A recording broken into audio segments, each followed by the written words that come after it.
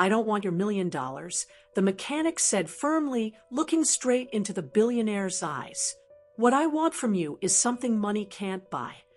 But let me tell you how we got to this incredible moment. It was a cold Tuesday evening in December when Marcus Thompson heard the expensive engine sputtering outside his small auto repair shop. Snow was falling heavily on the empty street, and most businesses had already closed for the night. Marcus was about to lock up when he saw the sleek black Mercedes pull up, steam rising from under its hood. Through the frosted window, he could see a woman in an elegant business suit frantically trying to start the car. The engine made one last desperate sound before dying completely. Marcus grabbed his jacket and walked outside, his breath visible in the frigid air. "Looks like you're having some trouble," he called out, approaching the stranded vehicle. The woman rolled down her window, and Marcus was struck by her piercing blue eyes filled with frustration and worry. "My car just died," she said, her voice carrying a tone of someone used to having problems solved immediately. "I have an extremely important meeting in 30 minutes across town. Can you fix it?" Marcus glanced at the luxury car and then at his modest shop. "Ma'am, it's past closing time, and I don't usually work on vehicles this expensive.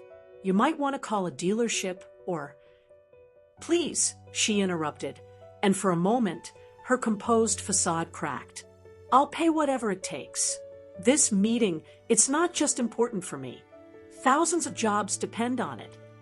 Something in her voice made Marcus pause.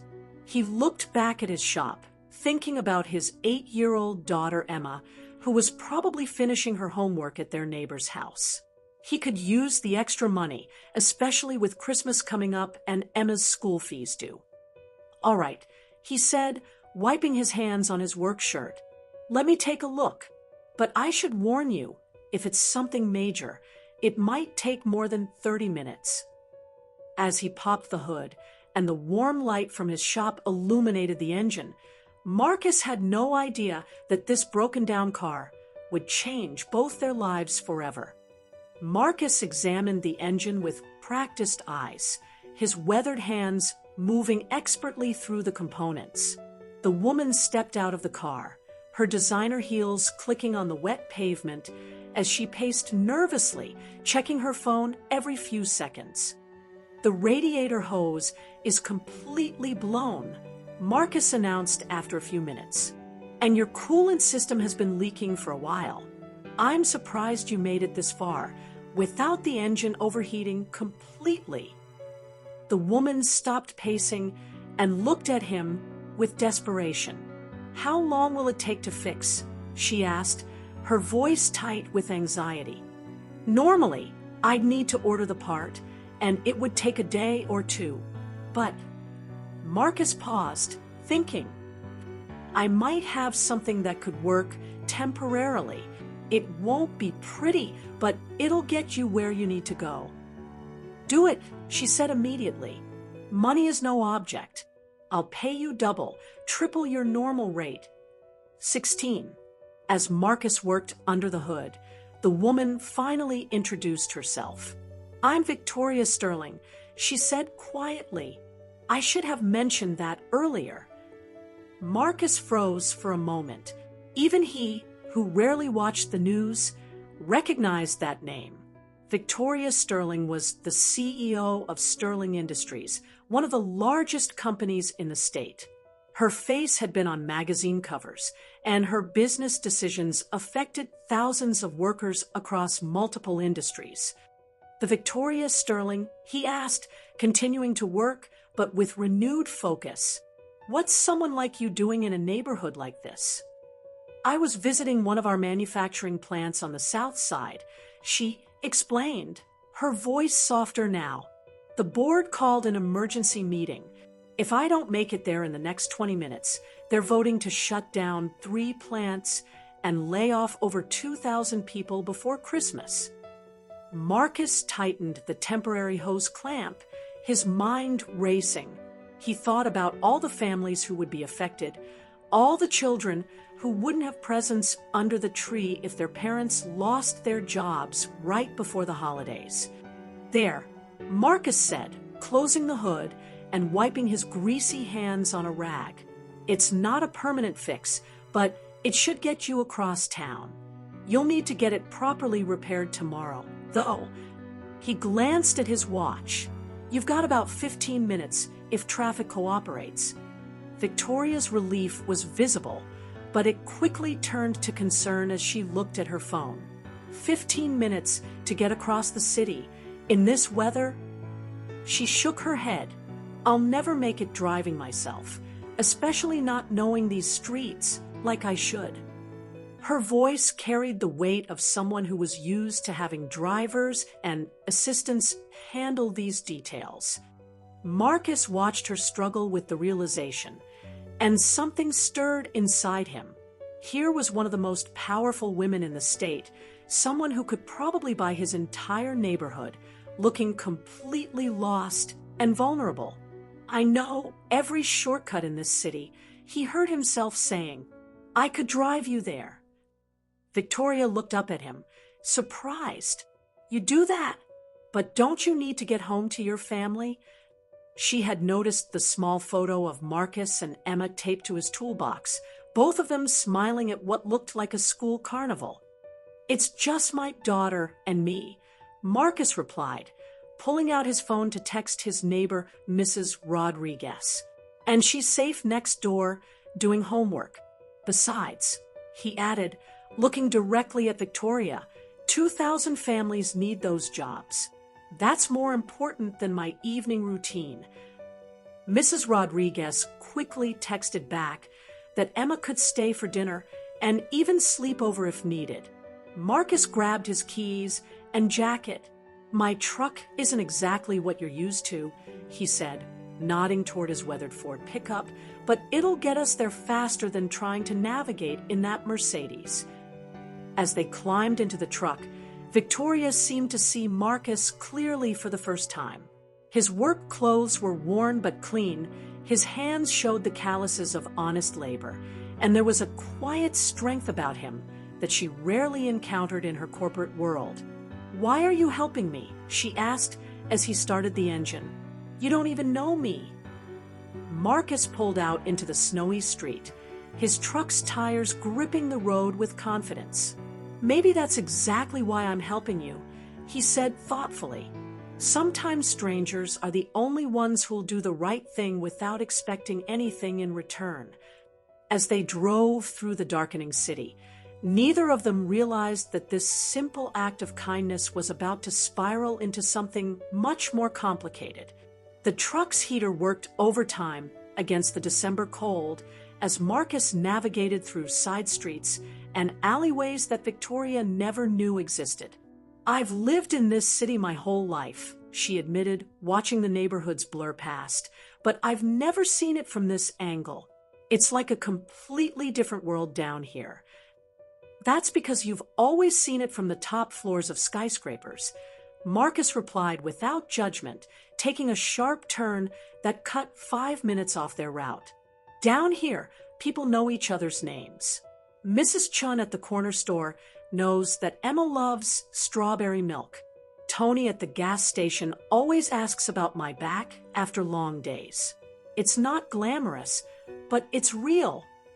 Victoria found herself studying Marcus's profile as he drove with quiet confidence through the maze of streets. There was something refreshingly genuine about him that she hadn't encountered in years of boardroom meetings and corporate events. "Tell me about Emma," she said, surprising herself with the personal question. Marcus's entire demeanor softened at the mention of his daughter. "She's 8, smart as a whip, and has this incredible way of seeing the world that makes everything seem possible. Her mom passed away when she was 4, so it's been just the two of us ever since." His hands gripped the steering wheel a little tighter. "She's the reason I work so hard, the reason I took night classes to learn advanced automotive repair, the reason I opened my own shop." She sounds amazing, Victoria said quietly, and Marcus caught something wistful in her voice. Do you have children? He asked, glancing at her briefly before focusing back on the road. Victoria was quiet for a long moment. I was supposed to. My ex-husband and I tried for years, but, well, he said I was too focused on my career, that I chose the company over starting a family. Maybe he was right. Now I have all the success in the world, but I go home to an empty penthouse every night. Her admission hung in the air between them, more vulnerable than anything she'd shared with anyone in months. Marcus navigated around a stalled city bus, his mind processing what she'd just revealed.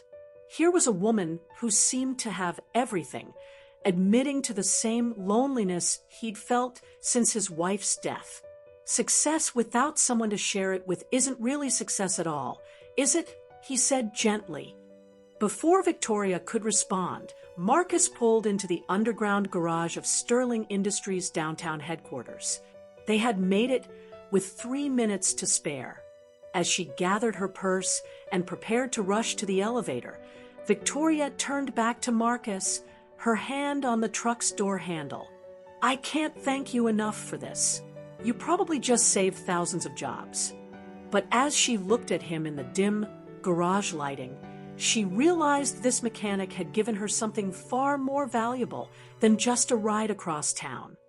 Victoria rushed through the glass doors of the boardroom, her heels clicking urgently on the marble floor. 12 board members sat around the massive conference table, their faces grim with impatience. Gentlemen, she announced, slightly breathless but regaining her composure, I apologize for the delay. Let's begin. For the next hour, Victoria fought the battle of her professional life. Charts and spreadsheets filled the wall screens as she presented alternative strategies to the plant closures. She spoke passionately about employee retraining programs, temporary pay cuts for executives, and innovative cost-saving measures that would preserve jobs while maintaining profitability. But throughout the entire presentation, her mind kept drifting to Marcus waiting in the garage below. Victoria interrupted board chairman Richard Blackstone, a man who had known her since she was a child learning business at her father's knee. These are all admirable ideas, but the numbers don't lie. We're bleeding money on these plants. Sentiment doesn't pay shareholders. This isn't about sentiment, Richard, Victoria shot back, her voice carrying a conviction that surprised even her. Tonight, I saw this city from street level for the first time in years. I met people who depend on Sterling Industries not just for a paycheck, but for hope. A single father working double shifts to provide for his daughter. Families who've been with this company for generations. We have a responsibility that goes beyond quarterly reports. The boardroom fell silent. Victoria Sterling, the woman known for her ruthless efficiency and bottom-line focus, was talking about responsibility to workers. Board member Patricia Wells leaned forward. What exactly are you proposing, Victoria? Give me 90 days. Victoria said firmly, let me implement these changes, and I guarantee we'll see a turnaround. But if we shut down those plants now, we're not just destroying livelihoods. We're destroying the heart of this company that my grandfather built on the principle that success means lifting others up with you. As she spoke, she thought about Marcus's calloused hands fixing her car, asking for nothing in return, and she understood something about leadership that all her MBA courses had never taught her. 2 hours later, Victoria emerged from the elevator into the parking garage, emotionally drained but victorious. The board had agreed to her 90-day plan, though she knew the real work was just beginning. She found Marcus sitting in his truck, reading a worn paperback book under the dim dome light, patiently waiting despite the late hour. How did it go? He asked, setting the book aside as she approached. There was genuine concern in his voice, as if the outcome mattered to him personally, which in a way, it did. "The plants stay open," Victoria said, and she saw relief wash over Marcus's face. 2,000 families will have a Merry Christmas after all. She paused, studying this man who had shown her more kindness in one evening than she'd received in months of corporate interactions. "Marcus, I need to ask you something, and I want you to hear me out completely before you answer." Marcus nodded, sensing the gravity in her voice.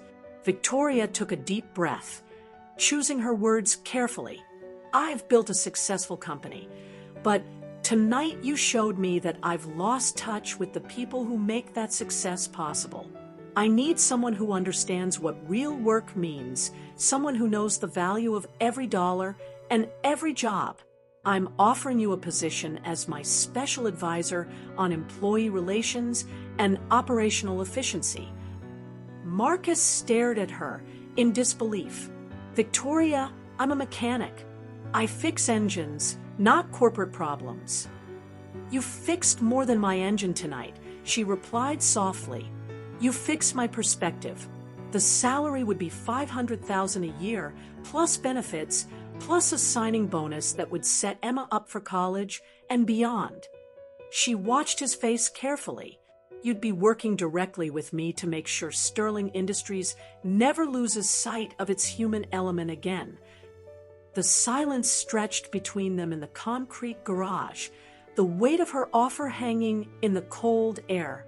Marcus ran his hand through his hair, clearly struggling with the magnitude of what she was proposing. "Victoria, that's more money than I could make in 20 years at the shop. But I don't know anything about your world.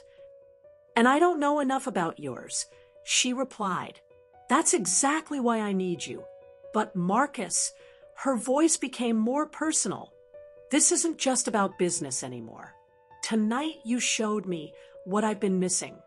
Not just in my company, but in my life." The admission surprised them both with its honesty, and Marcus realized that this offer was about much more than just a job. Marcus sat in silence for a long moment, the engine of his old truck ticking as it cooled in the underground garage. Victoria watched him process her offer, her heart racing in a way that had nothing to do with the earlier boardroom battle. Finally, he turned to face her fully, his weathered hands resting on the steering wheel. "Victoria, what you're offering me, it's more money than I ever dreamed of having. It could change Emma's entire future, send her to the best schools, give her opportunities one never had." He paused, his voice growing softer. "But here's the thing, I've learned that the most valuable things in life can't be bought with money, no matter how much of it you have." Victoria felt her stomach drop, assuming he was about to decline, but Marcus continued. 3 years ago, when my wife Sarah was dying of cancer, I would have given everything, sold the shop, mortgaged my soul, for just one more day with her. But what I learned in those final months wasn't about what I could buy or achieve. It was about being present, about showing up for the people who matter, about finding joy in simple moments like reading bedtime stories or fixing a broken toy. His eyes met hers with an intensity that made her breath catch. "You're offering me a fortune, Victoria, but what I want from you is something money can't buy." "What?" she whispered, though part of her already knew what he was going to say. Marcus reached across the truck's bench seat and gently took her hand in his calloused one. "I want time, real time, not scheduled meetings or corporate dinners or networking events. I want Sunday mornings where we don't think about profit margins. I want you to meet Emma properly, not as a CEO visiting an employee's family, but as Victoria, just Victoria.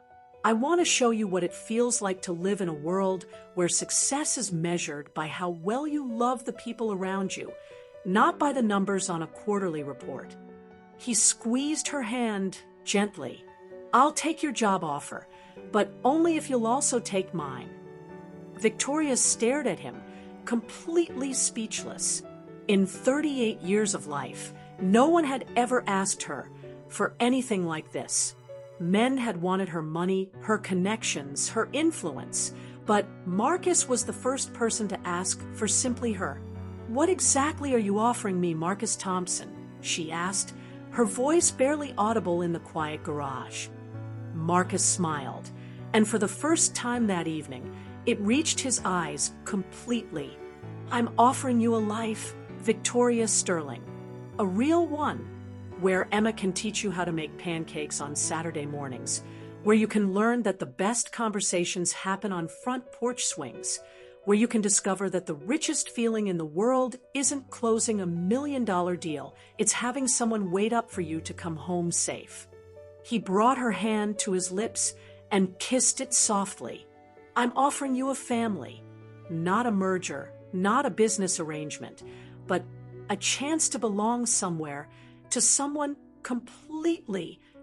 6 months later, Victoria Sterling Thompson stood in the backyard of a modest 2-story house in Marcus's neighborhood, watching her 8-year-old stepdaughter Emma teach a group of local children how to plant vegetables in their new community garden, a project funded by Sterling Industries' community outreach program. Victoria had kept her executive position, but now she worked 4 days a week from the local Sterling Industries plant, spending Fridays at Marcus's expanded auto shop, which had become a job training center for unemployed workers. "Mom, come help us with the tomatoes," Emma called out, and Victoria's heart still skipped a beat every time she heard that word. She had insisted that Emma should call her Victoria at first, not wanting to replace the memory of Sarah, but Emma had declared one day that "Daddy says families choose each other, and I choose you as my mom." Marcus had explained that Sarah would have wanted Emma to have all the love possible, and that love multiplies rather than divides. As Victoria knelt in the dirt, her business suit replaced by jeans and an old work shirt of Marcus's, she reflected on how dramatically her life had changed. The Sterling Industries board had been skeptical at first about her new work-life balance, but productivity had actually increased. Employees who felt valued and heard worked harder, absenteeism dropped, and the company's community reputation soared. More importantly, Victoria had learned that true leadership meant serving others, not commanding them. That evening, as the three of them sat on their front porch swing watching the sunset, Emma curled up between her parents with a book. Victoria realized that Marcus had been right. The richest feeling in the world wasn't closing a deal or seeing profit margins rise. It was this moment, with grass stains on her knees, motor oil under Marcus's fingernails, and Emma's small hand trustingly in hers. She had offered Marcus $1 million that cold December night, but what he had given her in return was priceless. He had taught her how to live. "What are you thinking about?" Marcus asked softly, noting the contemplative look on his wife's face. Victoria smiled, leaning into his shoulder as Emma dozed between them. "I'm thinking about how sometimes the best deals aren't made in boardrooms with contracts and signatures. Sometimes they're made in parking garages with handshakes and promises." She looked up at him with eyes full of love and gratitude. "And I'm thinking that the smartest business decision I ever made wasn't expanding into new markets or acquiring competitors. It was accepting an offer from a single dad mechanic who taught me that the most valuable currency in the world isn't money, it's love." As the stars appeared in the darkening sky above their small neighborhood, Victoria Sterling Thompson understood that she had finally found what she had been searching for her entire life. Not success as the world measured it, but success as the heart knew it. A home where she was loved not for what she could provide, but simply for who she was. And so we discover that sometimes life's greatest treasures can't be bought with money. Marcus taught Victoria that true success isn't measured in profits, but in love, family, and shared moments. He chose her heart over her fortune, and she found something far more valuable than any business deal: a home. If this story touched your heart, hit that like button, share it with someone special, and subscribe to our channel for more incredible stories like this one. Sometimes the greatest treasure is right in front of us, waiting to be discovered.